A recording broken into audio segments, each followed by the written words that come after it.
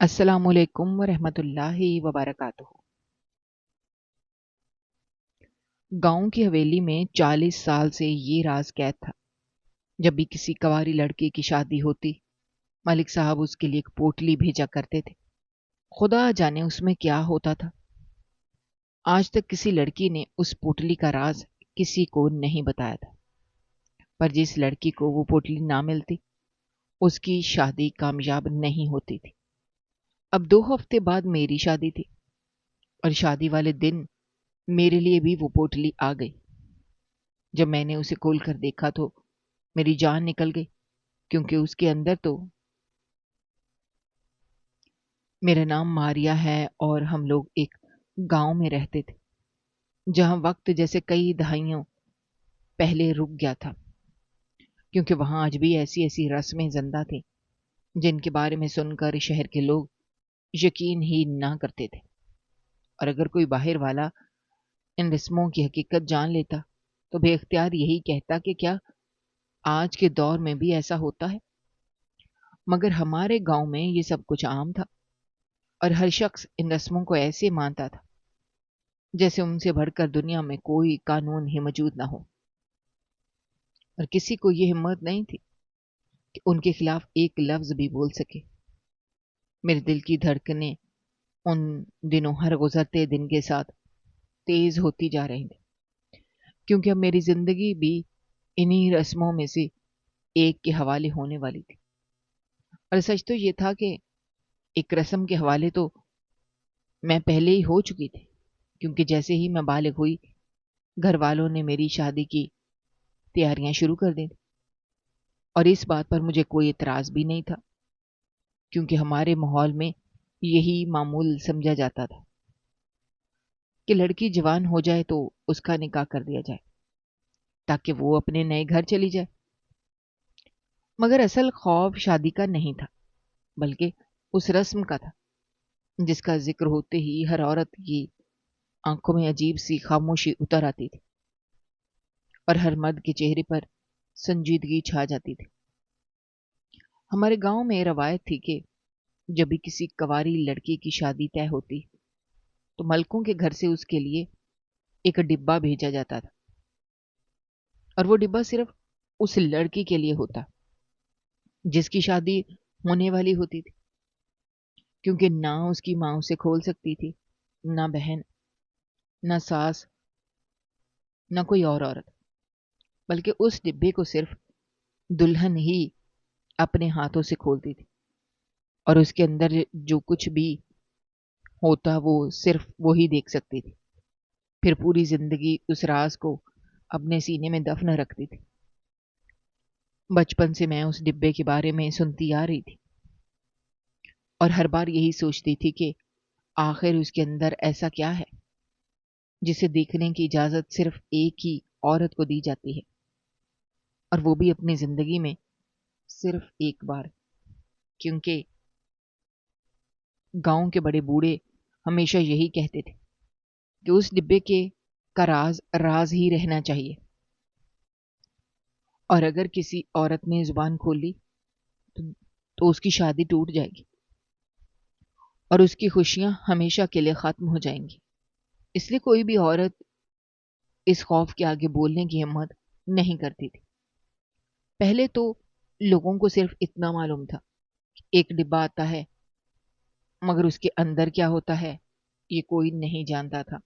پھر کئی سال بعد یہ بات سامنے آئی کہ اس ڈبے کے اندر ایک بڑی سی پوٹلی ہوتی ہے جس کا وزن کم سے کم 1.5 سے 2 کلو کے درمیان ہوتا ہے۔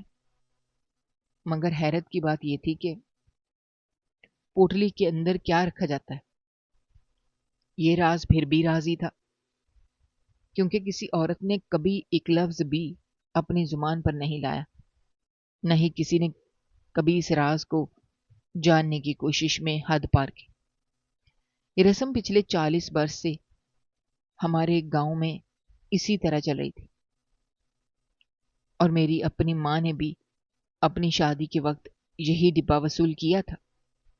مگر جب بھی میں ضد کرتی کہ مجھے صرف اتنا بتا دیں اس پوٹلی میں آخر کیا ہوتا ہے، تو وہ میرے سر پر ہاتھ پھیر کر خاموش ہو جاتی اور پھر موضوع بدل دیتی، جیسے انہوں نے کچھ سنا ہی نہ ہو۔ ان کی اس خاموشی نے میرے دل میں اس راز کو جاننے کی خواہش کو اور بھی زیادہ بڑھا دیا تھا۔ صرف میری ماں ہی نہیں بلکہ گاؤں کی ہر شادی شدہ عورت یہی کرتی تھی، کیونکہ اگر کوئی بچی معصومیت سے پوچھ بھی لیتی تو وہ مسکرا کر بات ٹال دیتی، اور اگر کوئی زیادہ اصرار کرتا اس کے چہرے پر ایک لمحے کے لیے خوف صاف دکھائی دیتا، جیسے وہ کسی ایسے وعدے کی پابند ہو جسے توڑنے کا تصور بھی اس کے لیے ناممکن ہو۔ اور سب کا یہی کہنا تھا کہ جس دن کسی عورت نے اس پوٹلی کا راز کھول دیا، اسی دن اس کا گھر بکھر جائے گا اور اس کی شادی ہمیشہ کے لیے ختم ہو جائے گی۔ یہاں تک کہ جن عورتوں کے شوہر دنیا سے جا چکے تھے اور وہ کئی برسوں سے بیوہ زندگی گزار رہی تھیں، انہوں نے بھی کبھی کسی کو یہ راز نہیں بتایا تھا۔ حالانکہ ان کے بارے میں تو لوگ یہ بھی کہتے تھے کہ اب انہیں کسی بات کا ڈر نہیں، مگر وہ بھی خاموش رہتی تھی، اور یہی خاموشی اس راز کو پہلے سے بھی زیادہ پرسرار بنا دیتی تھی۔ اب میری شادی میں صرف 1 مہینہ باقی رہ گیا تھا، اور میں جانتی تھی کہ بہت جلد وہ ڈبہ میرے لیے بھی آنے والا ہے۔ پھر وہ لمحہ بھی آئے گا جب میں اپنے ہاتھوں سے اس پوٹلی کو کھول لوں گی، اور وہ راز میری آنکھوں کے سامنے ہوگا جسے جاننے کے لیے میں برسوں سے بے چین تھی۔ مگر جتنا وہ دن قریب آ رہا تھا اتنا ہی میرے دل میں تجسس بڑھتا جا رہا تھا، کیونکہ میں سوچتی تھی کہ آخر ایسی کون سی چیز ہے جسے دیکھنے کے بعد ہر عورت پوری زندگی خاموش رہتی ہے اور کسی قیمت پر اس کا ذکر تک نہیں کرتی۔ گاؤں میں اس پوٹلی کے بارے میں ہر انسان کی اپنی اپنی رائے تھی، اور ہر عمر کے لوگ اپنی سمجھ کے مطابق الگ الگ کہانیاں سناتے تھے، مگر حقیقت کسی کو معلوم نہیں تھی، کیونکہ حقیقت جاننے والی ہر عورت خاموش رہتی تھی۔ اور شاید اسی خاموشی نے اس رسم کو اور بھی زیادہ پرسرار بنا دیا تھا۔ کچھ لوگ کہتے تھے کہ اس پوٹلی کے اندر دم کی ہوئی مٹی ہوتی ہے، جسے گھر میں رکھنے سے رزق میں برکت رہتی ہے اور گھر کے اندر سکون قائم رہتا ہے، جبکہ کچھ لوگوں کا خیال تھا کہ اس کے اندر کسی کالے جادو کا سامان ہوتا ہے، جس کی وجہ سے لوگ اس کا ذکر نہیں کرتے۔ اور کئی لوگ ہنس کر یہ بھی کہتے تھے کہ اس کے اندر کچھ بھی نہیں ہوتا، یہ سب صرف لوگوں کے وہم ہیں جو ایک نسل سے دوسری نسل تک منتقل ہوتے چلے گئے ہیں، اور ہر شخص اپنی طرف سے ایک نئی بات شامل کر دیتا۔ لیکن ان تمام باتوں میں سے کوئی بھی ایسی نہیں تھی جس کی تصدیق کی جا سکے، کیونکہ جس کے پاس اصل جواب تھا وہ کبھی بولتا ہی نہیں تھا۔ ہمارے گاؤں کی ایک بات مجھے ہمیشہ بہت اچھی لگتی تھی، کیونکہ یہاں کسی کے حالات خراب نہیں تھے، نہ ہی کوئی ایسا خاندان تھا جو 2 وقت کی روٹی کے لیے پریشان ہو۔ حالانکہ اب ہمارا گاؤں پہلے جیسا آباد بھی نہیں رہا تھا، کیونکہ پہلے یہاں بہت زیادہ گھر تھے، مگر وقت کے ساتھ ساتھ شہروں کی طرف منتقل ہوتے چلے گئے، اور اب بمشکل 200 گھر باقی رہ گئے تھے۔ پھر جو لوگ یہاں رہتے تھے وہ سکون سے رہتے تھے، کسی کو کسی چیز کی شدید کمی محسوس نہیں ہوتی تھی۔ لوگ یہاں سے اس لیے نہیں جا رہے تھے کہ گاؤں میں کوئی مسئلہ تھا یا یہاں زندگی گزارنا مشکل تھا، بلکہ صرف اس لیے کہ زیادہ تر لوگوں کو یہی لگتا تھا کہ ترقی صرف شہروں میں ہے اور گاؤں صرف پیچھے رہ جانے والوں کے لیے ہوتے ہیں۔ اس لیے ہر سال چند خاندان اپنا گھر بار سمیٹ کر شہر چلے جاتے تھے، مگر اس کے باوجود ہمارے گاؤں کا ماحول آج بھی ویسا ہی پرسکون تھا جیسا میرے بچپن میں ہوا کرتا تھا۔ سب سے زیادہ حیران کرنے والی بات یہ تھی کہ ہمارے گاؤں میں جس عورت کے پاس بھی شادی کے بعد وہ پوٹلی آئی، وہ اپنی پوری زندگی عزت اور سکون سے گزارتی تھی۔ نہ اس کے گھر میں کبھی ایسے مسائل پیدا ہوئے جو اس کے خاندان کو توڑ دیں، نہ ہی کسی نے اس کی بے قدری کی، بلکہ ہر عورت اپنے گھر میں عزت کے ساتھ رہتی تھی، اور کبھی چھوٹے موٹے اختلاف ہو بھی جاتے تو وہ چند لمحوں میں ختم ہو جاتے تھے، اور کسی بات کو اتنا نہیں بڑھایا جاتا تھا کہ گھر کا سکون ختم ہو جائے۔ چند سال پہلے ہمارے گاؤں میں دور کے شہر سے خاندان آ کر آباد ہوا تھا۔ وہ لوگ اس رسم کا حصہ نہیں تھے کیونکہ ان کی شادی کسی اور علاقے میں ہوئی تھی جہاں یہ روایت موجود ہی نہیں تھی۔ اس خاندان کی عورت کے بارے میں آہستہ آہستہ گاؤں میں باتیں ہونے لگی کہ اس کا شوہر اکثر اس سے جھگڑا کرتا ہے، اور کئی بار بات اتنی بڑھ جاتی ہے کہ دونوں کئی کئی دن ایک دوسرے سے بات تک نہیں کرتے۔ یہ سن کر ہم سب واقعی حیران رہ گئے، کیونکہ ہمارے لیے یہ بات بالکل نئی تھی۔ ہمارے گاؤں میں بھی میاں بیوی کے درمیان کبھی کبھار ناراضی ہو جاتی تھی، اور ایسا معمولی اختلاف بھی ہو جاتا تھا، کیونکہ ایسا ہر گھر میں ہوتا ہے۔ مگر کبھی بھی کوئی مرد اپنی بیوی کے ساتھ بلا وجہ اس حد تک نہیں الجھتا تھا کہ معاملہ عزت اور رشتے کے ٹوٹنے تک پہنچ جائے۔ اس لیے جب ہم نے اس نئی آنے والی عورت کے بارے میں یہ سب سنا تو ہمارے ذہنوں میں بار بار سوال اٹھنے لگے کہ آخر اس کے ساتھ ایسا کیوں ہو رہا ہے؟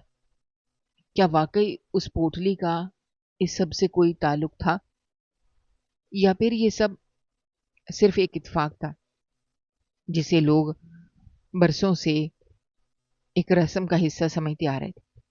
یہ رسم دراصل ملک صاحب کی وجہ سے ہی چل رہی تھی، کیونکہ پورے گاؤں میں یہی مشہور تھا کہ اس رسم کی ابتدا بھی انہی کے خاندان نے کی تھی، اور ہر شادی کے موقع پر وہی اپنے گھر سے وہ ڈبہ بھجواتے تھے جس کے اندر وہ پرسرار پوٹلی رکھی ہوتی تھی، اور گاؤں کا کوئی شخص بھی اس معاملے میں ان سے سوال کرنے کی ہمت نہیں کرتا تھا، کیونکہ ہر ایک کے دل میں ان کے لیے بے حد احترام موجود تھا۔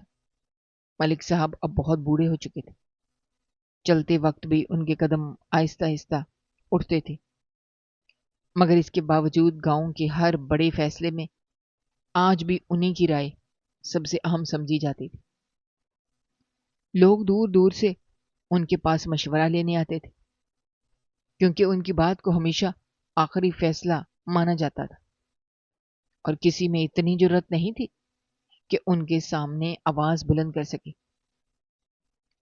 میں نے کئی مرتبہ بڑے بوڑھوں کو آپس میں بات کرتے ہوئے سنا تھا کہ جس دن ملک صاحب اس دنیا سے چلے جائیں گے، اس دن یہ پوٹلی والی رسم بھی ہمیشہ ہمیشہ کے لیے ختم ہو جائے گی، کیونکہ ان کے بعد ان کے خاندان میں کوئی بھی ایسا شخص نہیں ہوگا جو اس رسم کو آگے بڑھا سکے، اور نہیں کسی اور کو اس کا راز معلوم ہے۔ اس لیے ان کے بعد یہ روایت بھی ان کے ساتھ ہی دفن ہو جائے گی۔ جب بھی میں یہ بات سنتی تو میرے دل میں ایک عجیب سی بے چینی پیدا ہو جاتی تھی، کیونکہ اگر ایسا ہی ہونا تھا اس کا مطلب یہ تھا کہ میں شاید ان آخری لڑکیوں میں سے ایک تھی جنہیں اپنی شادی کے وقت وہ پرسرار ڈبہ ملنے والا تھا، اور میرے بعد آنے والی لڑکیوں کو شاید کبھی یہ معلوم ہی نہ ہو کہ اس رسم کا وجود بھی کبھی تھا۔ کبھی کبھی میں یہ بھی سوچتی تھی کہ اگر ملک صاحب کے جانے کے بعد یہ رسم ختم ہو گئی تو پھر اس کے بعد کیا ہوگا، کیونکہ پچھلے 40 برس سے گاؤں کی ہر شادی اسی رسم کے ساتھ مکمل ہوتی آئی تھی، اور لوگ اسے اپنی خوشحالی اور گھریلو سکون سے جوڑ کر دیکھتے تھے۔ اس لیے میرے ذہن میں بار بار یہی سوال گردش کرتا رہتا تھا کہ اگر یہ سلسلہ ختم ہو گیا تو کیا گاؤں پہلے جیسا رہے گا، یا پھر وقت کے ساتھ کوئی ایسی تبدیلی آئے گی جس کا کسی نے کبھی تصور بھی نہ کیا ہو۔ میری شادی کا دن جیسے جیسے قریب آتے جا رہے تھے ویسے ویسے میرے دل کے اندر ایک عجیب سی بے چینی بڑھتی جا رہی تھی، کیونکہ میں ہر وقت صرف ایک ہی بات سوچتی رہتی تھی کہ آخر وہ لمحہ کب آئے گا جب وہ پرسرار ڈبہ میرے سامنے رکھا جائے گا اور میں برسوں سے چلے آنے والے اس راز کو اپنی آنکھوں سے دیکھ سکوں گی۔ مگر اس کے ساتھ ایک اور بات بھی میرے ذہن میں بار بار آتی تھی کہ اگر مجھے حقیقت معلوم ہو گئی تو کیا میں واقعی پوری زندگی اسے اپنے سینے میں دفن رکھ سکوں گی، کیونکہ میں تو ویسے بھی ایسی لڑکی تھی جس کے پیٹ میں کوئی بات زیادہ دیر نہیں ٹھہرتی تھی، اور اگر کوئی خوشی یا کوئی حیران کر دینے والی بات معلوم ہو جاتی میرا دل چاہتا تھا کہ فوراً کسی نہ کسی کو بتا دوں۔ یہی سوچ کر میں خود ہی مسکرا دیتی تھی کہ آخر میں اس راز کو کیسے سنبھالوں گی۔ پھر میں خود کو سمجھانے لگتی تھی کہ صرف میں ہی ایسی نہیں ہوں، بلکہ میری جیسی اور بھی بہت سی لڑکیاں تھیں جن کے بارے میں پورا گاؤں جانتا تھا کہ ان کے پیٹ میں کوئی بات نہیں رہتی، مگر حیرت کی بات یہ تھی کہ شادی کے بعد وہ بھی کبھی اس پوٹلی کا ذکر نہیں کرتے، زندگی بھر خاموش رہتے جسے ان کی زبان پر کسی نے تالا لگا دیا ہو، اور یہی بات میرے تجسس کو پہلے سے زیادہ بڑھا دیتی تھی، کیونکہ اگر اتنی باتونی عورتیں بھی اس راز کو چھپا سکتی تھیں تو یقیناً اس کے پیچھے کوئی ایسی وجہ ضرور تھی جو عام نہیں تھی۔ میں نے خیالوں میں گم تھی اور دل ہی دل میں اپنی شادی کے دن گن رہی تھی کہ اچانک ایک ایسا حادثہ پیش آ گیا جس نے ہمارے پورے گھر کی خوشیاں ایک ہی لمحے میں غم میں بدل دی، کیونکہ میرے بابا ایک حادثے کا شکار ہو گئے اور ان کی حالت اتنی خراب ہو گئی کہ وہ چارپائی سے بھی نہ اٹھ سکے۔ گھر کا وہ مضبوط انسان جو ہمیشہ سب کا سہارا بنتا تھا اچانک دوسروں کے سہارے کا محتاج ہو گیا، اور پورے گھر میں ہر وقت خاموشی اور پریشانی کا راج رہنے لگا۔ ڈاکٹر نے بابا کو اچھی طرح دیکھنے کے بعد بہت آہستہ آواز میں وہ بات کہی جس نے ہم سب کے دل توڑ دیے، کیونکہ اس نے صاف لفظوں میں کہہ دیا تھا کہ اب ان کے پاس زیادہ وقت نہیں بچا، اور جو وقت باقی ہے وہ بھی دعا اور صبر کے ساتھ گزارنا چاہیے۔ یہ سن کر میری ماں کی آنکھوں سے آنسو رکنے کا نام ہی نہیں لے رہے تھے، جبکہ میرے اندر اپنے قدموں تلے سے جیسے زمین نکل گئی تھی، کیونکہ میں کبھی یہ سوچ بھی نہیں سکتی تھی کہ میری شادی سے پہلے ہی میرے بابا اس حال میں پہنچ جائیں گے۔ میرا رشتہ پہلے ہی میرے اپنے کزن کے ساتھ طے ہو چکا تھا، اور دونوں خاندان یہ چاہتے تھے کہ بابا اپنی زندگی میں میری شادی اپنی آنکھوں سے دیکھ لیں، اس لیے وہ جلدی جلدی فیصلہ کیا گیا اور خاموشی سے میرا نکاح بھی پڑھا دیا گیا۔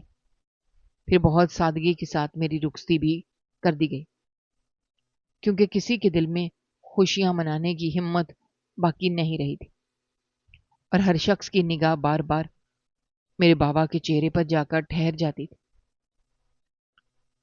اس ساری بھاگ دوڑ اور غم کے ماحول میں میرے دل میں صرف ایک ہی بات مسلسل چبھ رہی تھی کہ کوئی ملکوں کی حویلی میں خبر پہنچا دے، کیونکہ میرے ذہن میں بچپن سے یہی بات بٹھا دی گئی تھی کہ جس لڑکی کو شادی کے وقت وہ پوٹلی نہیں ملتی اس کا گھر کبھی پوری طرح نہیں بستا، نہ ہی اس کی ازدواجی زندگی سکون سے گزرتی۔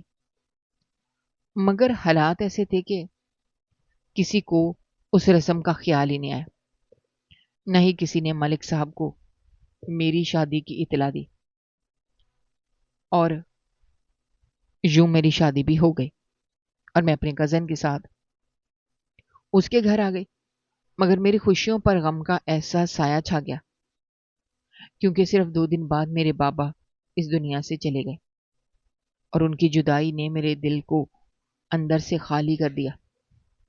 میں ہر وقت یہی سوچتی رہتی تھی کہ اگر وہ چند دن اور زندہ رہ جاتے تو شاید میری نئی زندگی کا آغاز کچھ اور ہوتا، مگر قسمت نے شاید میرے لیے یہی لکھ رکھا تھا۔ بابا کی وفات کے بعد تعزیت کرنے والوں کا سلسلہ کئی دن تک جاری رہا۔ دیکھتے ہی دیکھتے 10-15 دن گزر گئے، مگر اس دوران نہ تو ملک صاحب کو میری شادی کی خبر ملی، نہ ہی ان کے گھر سے میرے لیے کوئی ڈبہ آیا۔ ہر گزرتے دن کے ساتھ میرے دل کا خوف پہلے سے بڑھنے لگا، کیونکہ میں خود کو بار بار یہی یاد دلاتی تھی کہ میں اس گاؤں کی شاید پہلی دلہن تھی جس کی شادی اس پوٹلی کے بغیر ہوئی تھی۔ اب میرے سسرال میں جب بھی دروازے پر کوئی دستک ہوتی یا باہر سین میں کسی کے قدموں کی آہٹ سنائی دیتی، میرا دل زور زور سے دھڑکنے لگتا۔ میں بے اختیار اٹھ کر دروازے کی طرف دیکھنے لگتی کہ شاید ملکوں کے گھر سے کوئی آیا ہو، شاید میرے ہاتھ میں بھی وہ ڈبہ تھما دیا جائے، مگر ہر بار میری امید ٹوٹ جاتی اور میں خاموشی سے واپس آ کر بیٹھ جاتی، جبکہ میرے دل کا بوجھ پہلے سے بھی زیادہ بڑھ جاتا تھا۔ کچھ لوگ کہا کرتے تھے کہ اس پوٹلی کے اندر دعائیں ہوتی ہیں، اور ملک صاحب چونکہ گدی نشین تھے اس لیے وہ اس پر دم درود کر کے ہر دلہن کو دیتے تھے تاکہ اس کی نئی زندگی سکون سے گزرے اور اس کے گھر میں محبت اور برکت ہمیشہ قائم رہے۔ یہ بات میرے ذہن میں بار بار گونجتی رہتی تھی اور میں رات کو سونے سے پہلے دیر تک چھت کو دیکھتے ہوئے یہی سوچتی تھی کہ اگر واقعی وہ دعاؤں والی پوٹلی مجھے نہیں ملی تو کہیں ایسا تو نہیں کہ میری قسمت بھی دوسروں سے مختلف ہونے والی ہے اور یہی میری زندگی کا سفر شروع ہونے سے پہلے ہی کسی اندیکھے اندیشے کے سائے میں داخل ہو چکا ہے۔ میری زندگی بھی ویسے ہی شروع ہو گئی جیسے ہماری گاؤں کی باقی لڑکیوں کی شروع ہوئی تھی، کیونکہ شادی کے بعد میں اپنے نئے گھر کے معمولات میں آہستہ آہستہ ڈھلنے لگی۔ صبح سورج نکلنے سے پہلے آنکھ کھل جاتی، پھر صحن میں پڑی ٹھنڈی مٹی پر قدم رکھتے ہوئے گھر کے کام شروع کرتی۔ دیکھتے ہی دیکھتے دوپہر ہو جاتی، پھر شام آتی، رات اپنی خاموشی لے کر اتر آتی، مگر ان سب دنوں میں ایک بات ضرور تھی کہ مجھے ایسا کوئی لمحہ محسوس نہیں ہوا جسے یہ لگتا ہو کہ صرف اس لیے میری زندگی میں کوئی نقصان ہو رہا ہے کیونکہ مجھے وہ پوٹلی نہیں ملی تھی۔ اللہ کا شکر تھا کہ میرے شوہر میرے ساتھ اچھا برتاؤ کرتے تھے، سسرال والے بھی مجھے عزت دیتے تھے، اس لیے فی الحال میری زندگی بالکل عام انداز میں گزر رہی تھی۔ مگر اس عام زندگی کے اندر بھی میرے دل کا ایک کونا ہمیشہ خالی رہتا تھا، کیونکہ بابا کی جدائی ابھی بہت تازہ تھی اور ان کی یاد ہر وقت میرے ساتھ رہتی تھی۔ جب کبھی صحن میں اکیلی بیٹھتی مجھے ان کی آواز یاد آتی، اور جب کبھی کھانا بناتی مجھے وہ لمحے یاد آ جاتے، جب کبھی بابا مسکرا کر میرے ہاتھ کا بنایا ہوا کھانا کھاتے تھے، پھر اچانک یاد آتا کہ اب وہ اس دنیا میں نہیں رہے۔ میری آنکھیں خود بخود نم ہو جاتی۔ پورے گھر میں زندگی اپنی رفتار سے چل رہی تھی، مگر میرے اندر ایک خاموش اداسی ہر وقت موجود رہتی تھی، اور اس اداسی کے ساتھ وہ پوٹلی والا خیال بھی میرے دل سے نکلنے کا نام نہیں لیتا تھا، کیونکہ جتنا میں خود کو سمجھاتی اتنا ہی وہ خیال دوبارہ میرے سامنے آ کر کھڑا ہو جاتا کہ آخر میرے ساتھ ہی ایسا کیوں ہوا، میری شادی کے وقت وہ رسم کیوں پوری نہ ہو سکے۔ ایک دن میری ملاقات اپنی ہی ایک کزن سے ہوئی جو چند دن کے لیے ہمارے گھر آئی ہوئی تھی، اور وہ بھی شادی شدہ تھی۔ اس لیے میں نے سوچا شاید وہ مجھے کوئی ایسی بات بتا دے جس سے میرے دل کو سکون مل جائے۔ اس نے موقع ملتے ہی میں اسے ساری بات بتائی کہ میری شادی کو اتنے دن گزر گئے ہیں مگر مجھے اب تک وہ پوٹلی نہیں ملی، اور اب تو میں ہر وقت یہی سوچتی رہتی ہوں کہیں اس کا کوئی برا اثر میری زندگی پر نہ پڑ جائے۔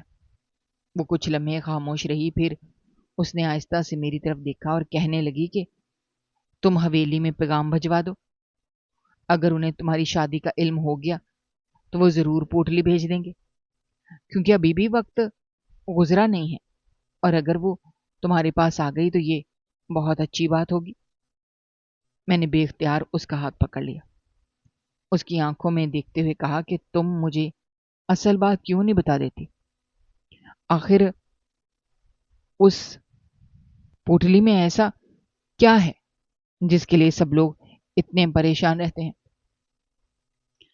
اور اگر یہ واقعی اتنی ضروری ہے تو پھر مجھے جاننے کا حق بھی ہونا چاہیے، کیونکہ اب تو میری شادی ہو چکی ہے۔ میری بات سن کر اس کے چہرے کا رنگ بدل گیا اور اس نے فوراً نظریں جھکا لی۔ میں بہت دھیمی آواز میں بولی کہ تمہیں یہ بات نہیں بتا سکتی کیونکہ میں نے وعدہ کیا ہوا ہے۔ میں نے حیرانی سے پوچھا آخر وعدہ کس سے کیا ہوا ہے؟ میرا اتنا کہتے ہی وہ جیسے چونک گئی۔ اس نے چند لمحوں کے لیے بالکل خاموش ہو گئی، جیسے اس کی زبان سے کوئی ایسی بات نکل گئی ہو جو نہیں نکلنی چاہیے تھی۔ پھر اس نے جلدی سے بات بدلتے ہوئے کہا بس میں نہیں بتا سکتی، اور مجھ سے مزید مت کچھ پوچھو، کیونکہ میں نے جو وعدہ کیا ہے اسے توڑ نہیں سکتی۔ اس کی بات نے میرے دل میں ایک نئی الجھن پیدا کر دی، کیونکہ آج تک سب یہی کہتے آئے تھے کہ راز نہیں بتایا جا سکتا، مگر پہلی بار کسی نے یہ کہا تھا کہ اس نے وعدہ کیا ہوا ہے۔ میرے ذہن میں فوراً یہی سوال پیدا ہوگا کہ آخر یہ وعدہ کس سے لیا جاتا ہے اور کب لیا جاتا ہے، کیونکہ شادی سے پہلے تو کوئی بھی لڑکی اس کے بارے میں کچھ نہیں جانتی تھی۔ میں نے اسے بہت سمجھانے کی کوشش کی، مگر وہ ایک لفظ بھی مزید بولنے پر تیار نہ ہوئی، اور آخر میں صرف یہی کہہ کر خاموش ہو گئی کہ تم نے کسی نہ کسی طرح حویلی میں یہ پیغام ضرور بھجوا دو۔ اگر تمہیں پوٹلی مل گئی تو تمہارے لیے بہت اچھی بات ہوگی۔ اس دن کے بعد میرے دل کا تجسس پہلے سے کہیں زیادہ بڑھ گیا، کیونکہ اب یہ معاملہ صرف ایک رسم کا نہیں تھا، بلکہ اس کے پیچھے کوئی ایسا راز محسوس ہونے لگا تھا جس کے بارے میں سوچتے ہی دل بے چین ہو جاتا تھا۔ میں نے کئی دن سوچنے کے بعد کسی طرح حویلی میں پیغام بھجوانے کی کوشش کی، دل میں یہی امید لگائے رکھی کہ شاید اب وہاں سے کوئی جواب آ جائے گا، کیونکہ آخر پورے گاؤں میں اب رہے کتنے لوگ گئے تھے، اور میری شادی جیسی بات آخر کب تک ان سے چھپی رہ سکتی ہے۔ میں خود سے یہی کہتی رہتی تھی کہ اتنا چھوٹا سا گاؤں رہ گیا ہے جہاں ہر شخص دوسرے کو جانتا ہے، تو پھر اب تک ملک صاحب کو میری شادی کی خبر ضرور پہنچ گئی ہوگی۔ مگر پھر کسی نے بتایا کہ ابھی تک انہیں کچھ معلوم نہیں، کیونکہ وہ سخت بیمار ہیں اور کئی دنوں سے چارپائی پر پڑے ہوئے ہیں، اور اپنی بیماری کی وجہ سے کسی سے زیادہ ملاقات بھی نہیں کر رہے تھے۔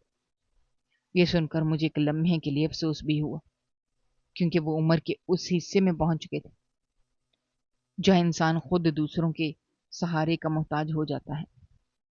پھر میں نے خود کو یہ بھی سمجھایا کہ آخر ان کی زندگی میں صرف یہی ایک کام تو نہیں تھا کہ ہر شادی کی خبر رکھیں۔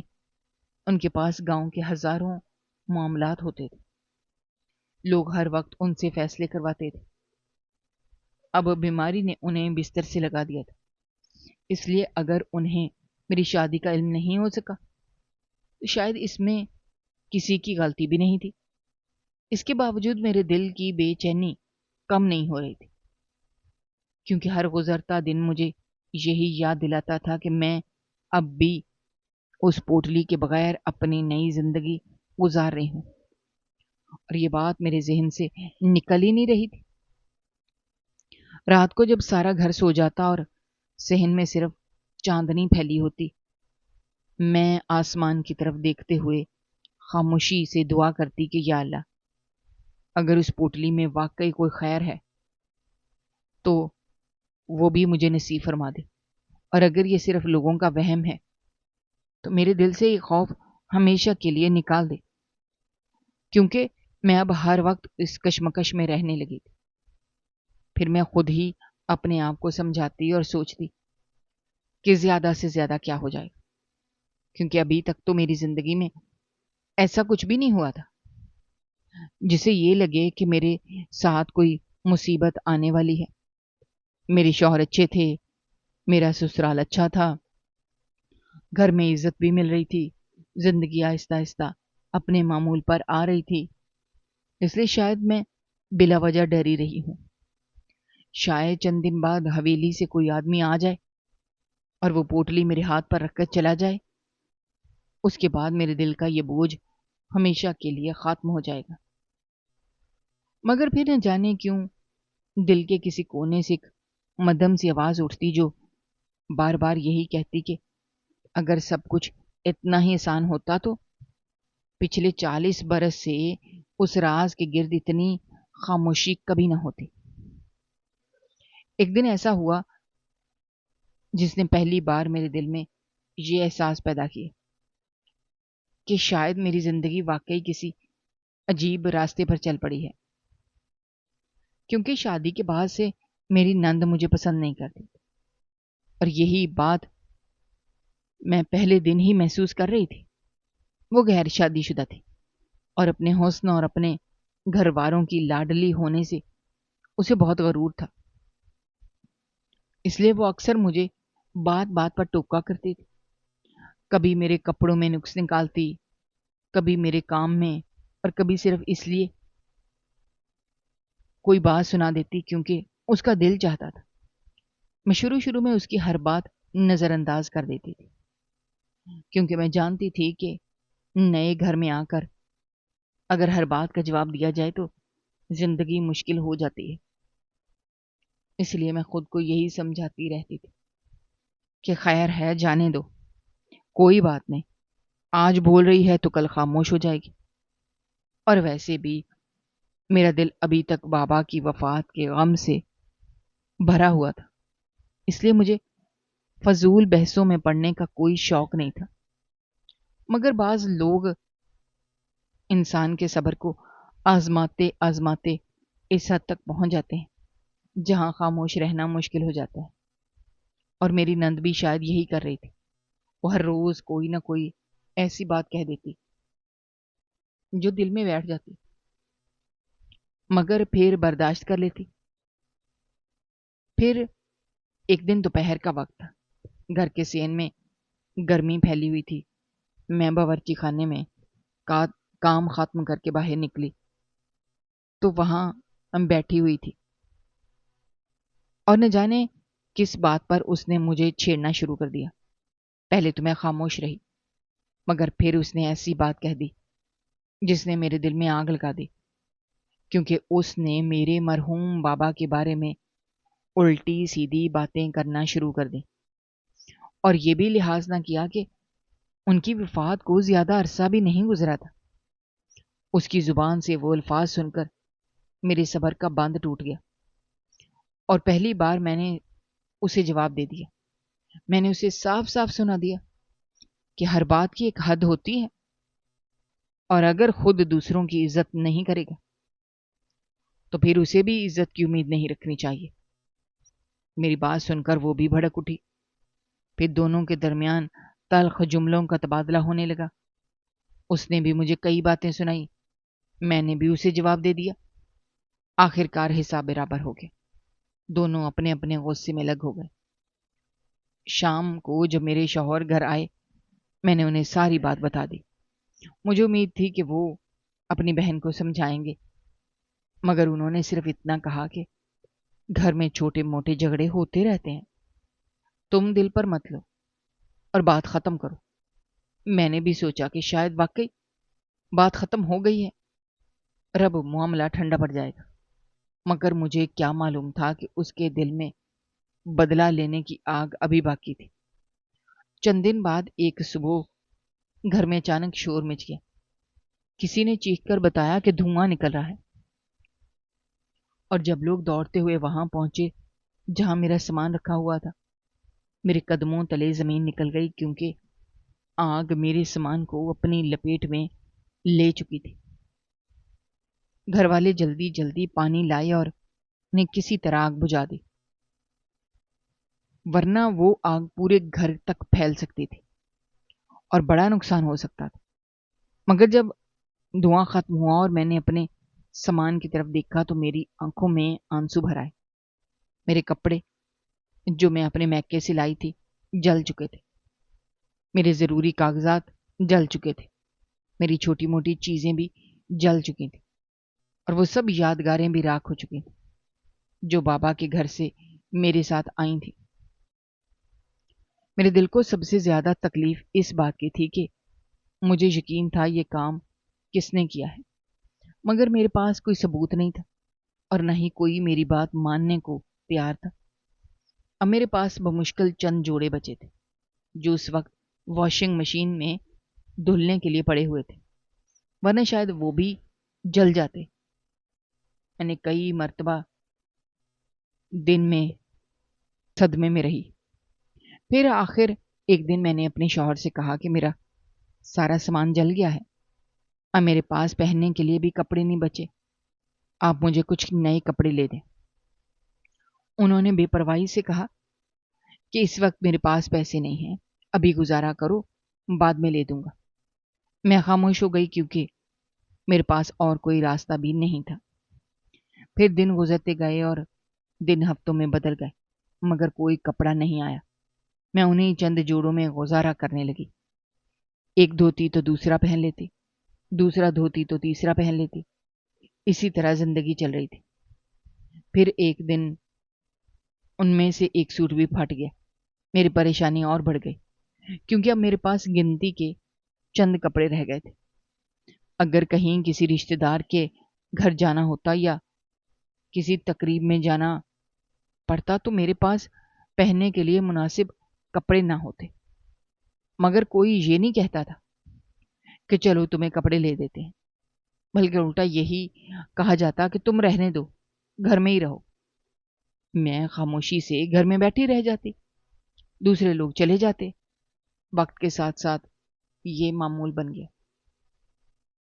میری شوہر سے بار بار کہتی کہ میرے لیے کچھ کپڑے لے آئیں، مگر وہ ہر بار کوئی نہ کوئی بہانہ بنا دیتے۔ کبھی کہتے ابھی پیسے نہیں ہیں، کبھی کہتے بعد میں دیکھیں گے، کبھی بات ہی بدل دیتے۔ آخر ایک دن میں نے ان سے کہا کہ کم از کم کچھ خرچ ہی دے دیا کر تاکہ میں اپنی ضرورت کی چیزیں خرید سکوں۔ وہ میری طرف دیکھ کر ہنسے، پھر ایسے انداز میں بولے جیسے کوئی بہت عجیب بات سن لی ہو۔ انہوں نے کہا عورتوں کو کون پیسے دیتا ہے؟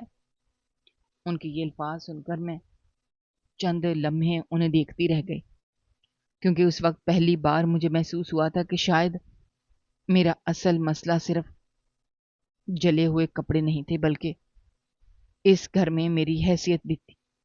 اتنی نہیں تھی کہ میری بنیادی ضرورتوں کو ضرورت سمجھا جائے، اور اس احساس نے میرے دل کو اس راکھ سے بھی زیادہ جلا دیا تھا جو میرے سامان کے جلنے کے بعد باقی بچی تھی۔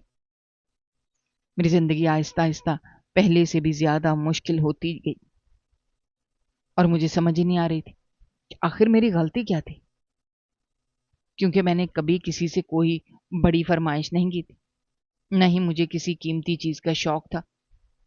میں صرف اتنا چاہتی تھی کہ میری بنیادی ضرورتیں پوری ہوتی جائیں تاکہ میں عزت کے ساتھ اپنی زندگی گزار سکوں۔ مگر شاید یہ بھی میری قسمت میں نہیں لکھا گیا تھا۔ میرے پاس شیمپو تک نہیں ہوتا تھا، اور جب کئی کئی دن گزر جاتے تو میں بڑی ہمت کر کے اپنے شوہر سے کہتی کہ میرے لیے شیمپو لے آئیں، کیونکہ بال دھونا بھی ضروری ہوتا ہے، مگر وہ ہر بار ایسا چہرہ بناتے جیسے میں نے ان سے کوئی بہت بڑی چیز مانگ لی ہو؟ پھر کئی دنوں تک کی منتوں کے بعد وہ بازار سے چھوٹا سا ساشے اٹھا لاتے اور میرے ہاتھ پر رکھ دیتے، جیسے انہوں نے مجھ پر بہت بڑا احسان کر دیا ہو۔ میں وہ ایک چھوٹا سا ساشے کئی بار استعمال کرنے کی کوشش کرتی تاکہ زیادہ دن چل جائے، کیونکہ مجھے معلوم تھا دوبارہ مانگنے پر پھر وہی باتیں سننی پڑیں گی۔ میرے کپڑے پہلے ہی جل چکے تھے اور جو چند جوڑے بچے تھے وہ بھی اب پرانے ہوتے جا رہے تھے۔ کپڑے بار بار دھونے سے ان کا رنگ اڑ گیا تھا، کپڑا کمزور ہو گیا تھا، کہیں سے سلائی کھل گئی تھی، کہیں سے کپڑا پھٹ گیا تھا۔ پھر میں خود ہی سوئی دھاگا لے کر انہیں سی لیتی تاکہ کچھ دن اور گزارا ہو جائے، کیونکہ میرے پاس دوسرا کوئی راستہ ہی نہیں تھا۔ جب صبح صحن میں کپڑے دھو کر رسی پر ڈالتی تو باقی عورتوں کے رنگ برنگے نئے کپڑے ہوا میں لہراتے تھے، اور ایک طرف میرے وہی گنتی کے چند سوٹ لٹک رہے ہوتے جنہیں میں بار بار دھو کر پہن رہی تھی۔ کبھی انہیں دیکھ کر دل بھر آتا، مگر پھر خود کو سمجھا لیتی تھی کہ شاید آنے والے دن بہتر ہوں گے۔ گھر میں کسی کو میری کوئی پرواہ نہیں تھی، کسی نے کبھی یہ نہیں پوچھا تھا کہ میرے پاس پہننے کے کتنے کپڑے ہیں، میرے پاس استعمال کی چیزیں موجود بھی ہیں یا نہیں۔ اگر کبھی میں خاموش بیٹھی رہتی تو کسی کو یہ خیال نہیں آتا تھا کہ شاید میرے دل میں کوئی دکھ ہے یا مجھے کسی چیز کی ضرورت ہے۔ میں کئی راتیں جاگ کر یہی سوچتی رہتی کہ آخر یہ سب کچھ میرے ساتھ کیوں ہو رہا ہے، کیونکہ شادی سے پہلے میں نے کبھی یہ تصور بھی نہیں کیا تھا کہ ایک عورت اپنی ضرورت کو اتنی معمولی چیزوں کے لیے بھی دوسروں کی محتاج ہو سکتی ہے، اور ہر بار مانگنے سے پہلے 100 بار سوچنا پڑتا کہ سامنے والا کیا جواب دے گا۔ میں جب بھی اپنے شوہر سے پیسوں کی بات کرتی تو دل پر پتھر رکھ کر کرتی تھی، کیونکہ مجھے مانگنا اچھا نہیں لگتا تھا۔ مگر پھر میں خود ہی سوچتی کہ اگر میں اپنے شوہر سے بھی نہ مانگوں تو آخر کس سے مانگوں، کیونکہ اس دنیا میں شادی کے بعد میرا اپنا کون تھا؟ میرے بابا اس دنیا سے جا چکے تھے اور میں کبھی اپنی ماں پر بوجھ نہیں بننا چاہتی۔ وہ خود اکیلی زندگی گزار رہی تھی، ان کے اپنے دکھ تھے، اس لیے میں نے کبھی ان سے کچھ نہیں مانگا تھا۔ پھر میں خود سے سوال کرتی کہ اگر شوہر سے بھی نہ مانگوں تو کیا باہر جا کر کسی اجنبی سے مانگوں، یا پھر اپنی ضرورتوں کو ہمیشہ کے لیے دفن کر دوں، کیونکہ میرے پاس اور کوئی راستہ دکھائی ہی نہیں دیتا تھا۔ ہمارے گاؤں میں لڑکیوں کی تعلیم کی کبھی کوئی خاص اہمیت نہیں سمجھی جاتی تھی، وہاں صرف مڈل تک سکول تھا، اس کے بعد اگر کسی لڑکی کو مزید پڑھنا ہوتا اسے دوسرے شہر جانا پڑتا تھا۔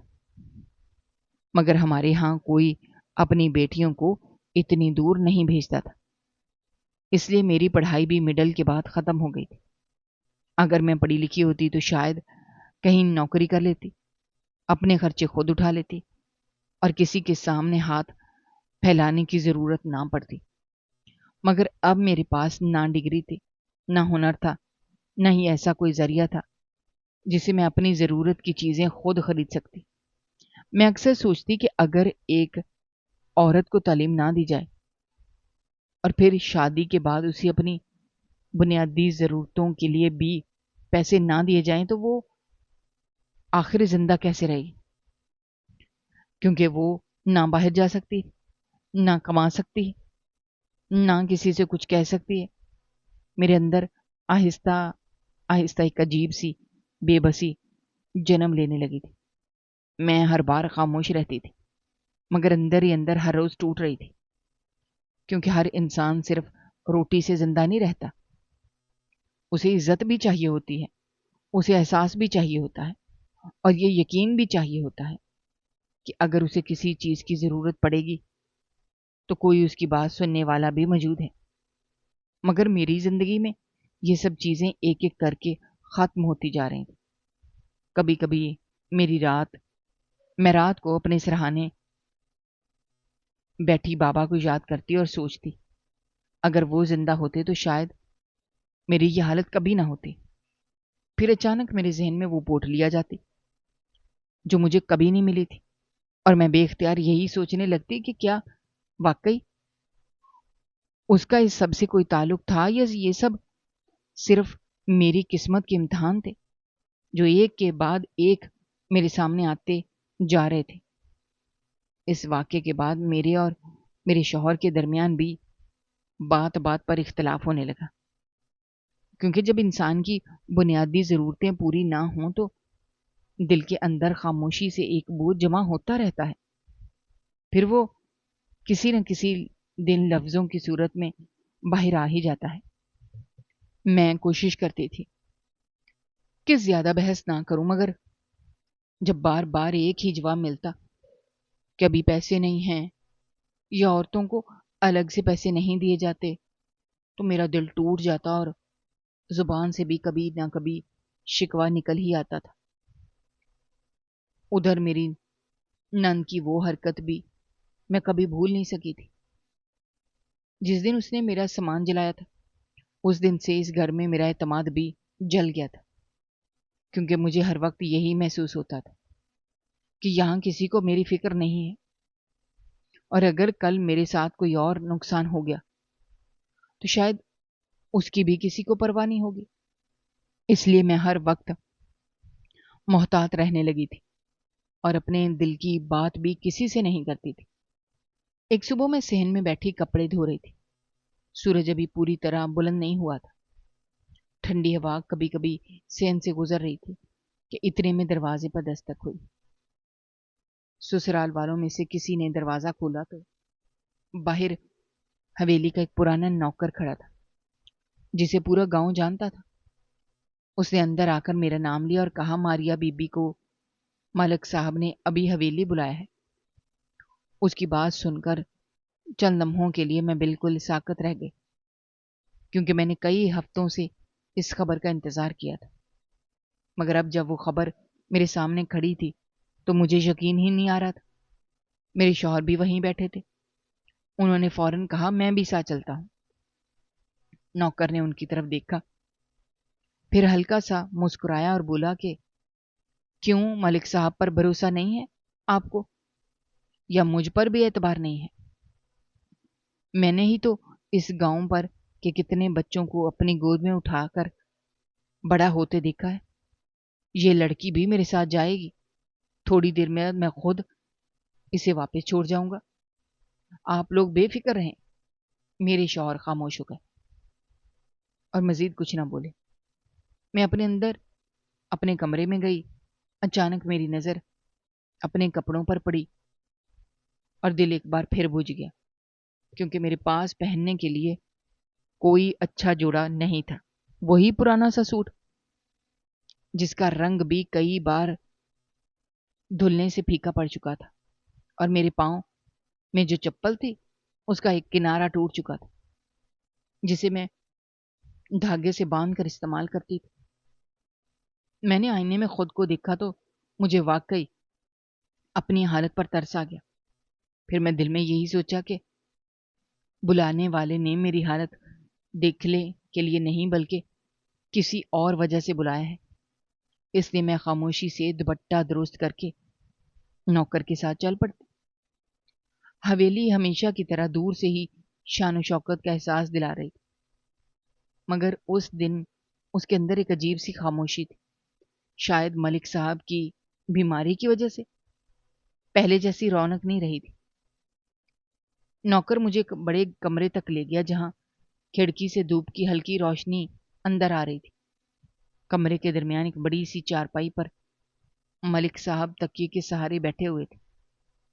انہوں نے مجھے اندر آتے دیکھا تو غور سے سر سے لے کر پاؤں تک دیکھا۔ ان کی نگاہ میرے پرانے کپڑوں پر ٹھہری، پھر ٹوٹی ہوئی چپل پر گئی۔ چند لمحے خاموش رہنے کے بعد انہوں نے بہت نرم لہجے میں کہا پتر تیری شادی کو 4 مہینے ہوئے ہیں۔ میں نے آہستہ سے جواب دیا جی۔ انہوں نے گہری سانس لی اور بولے تجھے دیکھ کر تو ایسا لگ رہا ہے جیسے تیری شادی کو 4 مہینے نہیں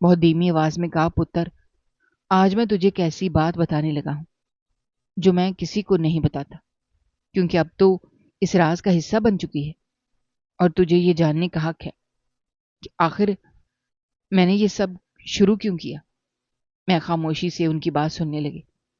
انہوں نے دور سے ان کی طرف دیکھتے ہوئے کہا، میری بھی ایک بیٹی تھی، وہ میری جان تھی، میں نے اسے کبھی کسی چیز کی کمی محسوس نہیں ہونے دی تھی، مگر جب جو اس کی شادی ہوئی میں نے یہی سمجھا کہ اب اس کا شوہر اس کا خیال رکھے گا اور اس کی ہر ضرورت پوری کرے گا، مگر مجھے کیا معلوم تھا کہ وہ بچی اپنے دل میں کتنا دکھ چھپا کر بیٹھی ہے۔ ان کی آواز بھرانے لگی، مگر وہ بولتے رہے۔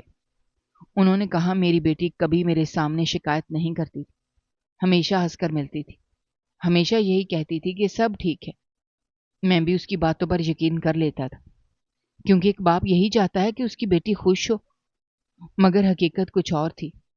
وہ اپنی ہر ضرورت دبا رہی تھی، اپنی ہر خواہش مار رہی تھی، اور کسی کے سامنے ہاتھ پھیلانے پر مجبور تھی۔ انہوں نے اپنی آنکھوں سے آنسو صاف کیا اور کہا، ایک دن مجھے اچانک حقیقت کا پتہ چلا، مگر اس وقت بہت دیر ہو چکی تھی۔ اس کا گھر ٹوٹ چکا تھا، اس کا دل ٹوٹ چکا تھا، میری بیٹی بھی اندر سے ختم ہو چکی تھی۔ میں چاہ کر بھی اس کے لیے کچھ نہ کر سکا، کیونکہ اس نے کبھی مجھے کچھ بتایا ہی نہیں تھا۔ وہ سب کچھ خاموشی سے سہتی رہی اور میں یہ سمجھتا رہا میری بیٹی اپنی زندگی میں خوش ہے۔ میں نے دیکھا ان کے ہاتھ ہلکے ہلکے کانپ رہے تھے۔ انہوں نے گہری سانس لے کر کہا، اس دن میں نے اللہ کو گواہ بنا کر قسم کھائی کہ پورے گاؤں کی کسی بھی بیٹی کے ساتھ اگر ایسا ہونے کا خطرہ ہوا، میں اسے اتنا ضرور دوں گا کہ وہ اپنی چھوٹی چھوٹی ضرورتوں کے لیے کسی کی محتاج نہ رہے اور اپنی عزت بھی قائم رکھ سکے۔ وہ مسکرائے، مگر اس مسکراہٹ میں برسوں کا درد چھپا ہوا تھا۔ انہوں نے کہا، لوگ سمجھتے ہیں اس پوٹلی میں کوئی تعویذ ہے، کوئی دم کیا ہوا سامان ہے، یا کوئی عجیب سی چیز ہے، مگر حقیقت صرف اتنی ہے کہ اس کے اندر ایک بیٹی کی عزت رکھی ہوتی ہے، ایک بیٹی کا سہارا رکھا ہوتا ہے، تاکہ اگر کبھی وقت بدل جائے وہ خود کو بے بس محسوس نہ کرے۔ پھر انہوں نے بتایا کہ وہ سونے کو اپنے کاروبار سے جوڑ دیتے تاکہ ہر عورت کو ہر مہینے باقاعدگی سے منافع ملتا رہے اور اصل سرمایہ بھی محفوظ رہے۔ اس طرح ان کا کاروبار بھی بڑھتا رہتا تھا، گاؤں کی عورتوں کے پیسے بھی ہمیشہ اتنے پیسے موجود رہتے تھے کہ وہ اپنی ضرورتیں پوری کر سکے۔ انہوں نے ہلکی مسکراہٹ کے ساتھ کہا کہ ساری دنیا کی عورتوں کے لیے تو میں شاید کچھ نہ کر سکوں، مگر اپنے گاؤں کی بیٹیوں کے لیے جتنا ہو سکا میں نے اتنا ضرور کیا، اور جب تک میں زندہ ہوں یہ سلسلہ چلتا رہے گا۔ میں خاموشی سے ان کی باتیں سنتی رہی اور دل ہی دل میں ان کے لیے دعا کرتی رہی، کیونکہ پہلی بار مجھے احساس ہوا کہ بعض لوگ اپنی زندگی کا مقصد صرف دوسروں کی آسانی بنا لیتے ہیں۔ اس دن کے بعد واقعی میری زندگی بدلنے لگی۔ اب مجھے ہر چھوٹی چیز کے لیے کسی کے سامنے ہاتھ پھیلانے کی ضرورت نہیں رہتی تھی۔ جب کبھی مجھے کپڑوں کی ضرورت ہوتی تو میں خاموشی سے جا کر خرید لیتی۔ اگر کوئی پوچھ لیتا کہ نئے کپڑے کہاں سے آئے تو میں مسکرا کر کہہ دیتی کہ میں نے کمیٹی ڈالی ہوئی تھی، اس کے پیسے نکل آئے ہیں۔ کبھی کہہ دیتی کہ امی نے بھیج دیے ہیں، کبھی کہہ دیتی کہ میرے بھائی نے یاد کر کے کچھ پیسے بھیجے تھے، کبھی کسی رشتے دار کا نام لے دیتی۔ گھر والوں نے بھی زیادہ سوال کرنا چھوڑ دیے تھے، کیونکہ ان کے لیے یہی جواب کافی ہوتے تھے۔ میں اپنی ضرورت کی ہر چیز آہستہ آہستہ پوری کرنے لگی تھی۔ اچھے کپڑے بھی آ گئے، نئی چپل بھی آ گئی، اپنی پسند کا شیمپو بھی خرید لیتی، ضرورت کی دوسری چیزیں بھی لے آتی۔ اب کسی کے سامنے منتیں کرنے کی ضرورت نہیں پڑتی تھی۔ سب سے بڑی بات یہ تھی کہ میرے دل سے وہ احساس ختم ہو گیا تھا کہ میں کسی پر بوجھ ہوں۔ اب میں پہلے سے زیادہ پر اعتماد رہنے لگی تھی، اور میرے چہرے پر بھی وہی سکون واپس آ گیا تھا جو شادی کے ابتدائی دنوں میں کہیں کھو گیا تھا۔ میں ہر مہینے اللہ کا شکر ادا کرتی اور دل ہی دل میں